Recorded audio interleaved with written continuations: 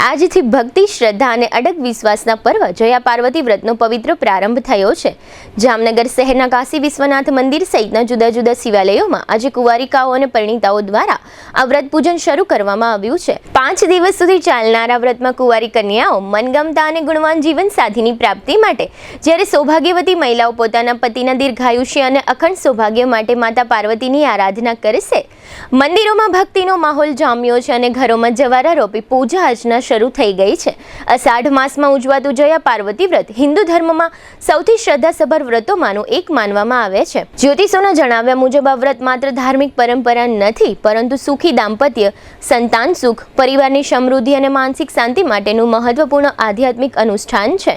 પૌરાણિક માન્યતા અનુસાર માતા પાર્વતીએ ભગવાન શિવને પતિ રૂપે મેળવવા માટે વર્ષો સુધી કઠોર તપસ્યા કરી હતી। તેમની અડગ ભક્તિથી પ્રસન્ન થઈ ભગવાન શિવે તેમને પોતાની અર્ધાંગિની તરીકે સ્વીકાર્યા હતા।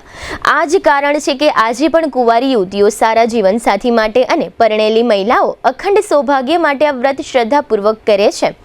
વ્રત દરમિયાન માટીના પાત્રમાં જવારા વાવવાની પરંપરા વિશેષ મહત્વ ધરાવે છે।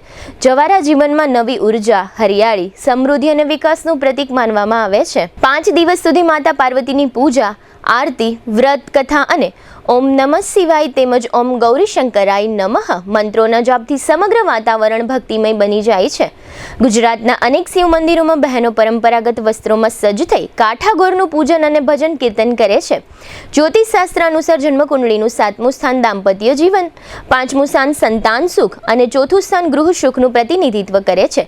શુક્ર, ગુરુ અને ચંદ્ર જેવા ગ્રહોની શુભ કૃપા પ્રાપ્ત કરવા માટે માતા પાર્વતીની આરાધના વિશેષ ફળદાયી માનવામાં આવે છે। માન્યતા છે કે આ વ્રતથી વૈવાહિક જીવનના વિઘ્નો દૂર થાય છે અને સુખ સમૃદ્ધિનો માર્ગ સરળ બને છે। વ્રત દરમિયાન મીઠું અને અનાજનો સંપૂર્ણ ત્યાગ કરવામાં આવે છે। ભક્તો માત્ર ફળ, દૂધ, દહીં, ફ્રૂટ, જ્યુસ, ડ્રાયફ્રૂટ અને દૂધમાંથી બનેલી મીઠાઈનું જ સેવન કરે છે। અંતિમ દિવસે રાત્રિ જાગરણ કરીને ભજન, ધૂન અને જાપ કરવામાં આવે છે, જે આત્મ જાગૃતિ અને ભક્તિનું પ્રતીક માનવામાં આવે છે। 31 જુલાઈની રાત્રે જાગરણ બાદ 1 ઓગસ્ટે વિધિવત પારણા થશે। ભગવાનને નૈવેદ્ય અર્પણ કરીને જવારાનું વિસર્જન કરવામાં આવશે। ત્યારબાદ 2 ઓગસ્ટે સંકટ ચતુર્થીના પાવન વ્રતની ઉજવણી થશે, જેમાં વિઘ્નહર્તા શ્રી ગણેશજીની આરાધના કરીને જીવનના તમામ સંકટો દૂર કરવાની પ્રાર્થના કરવામાં આવશે।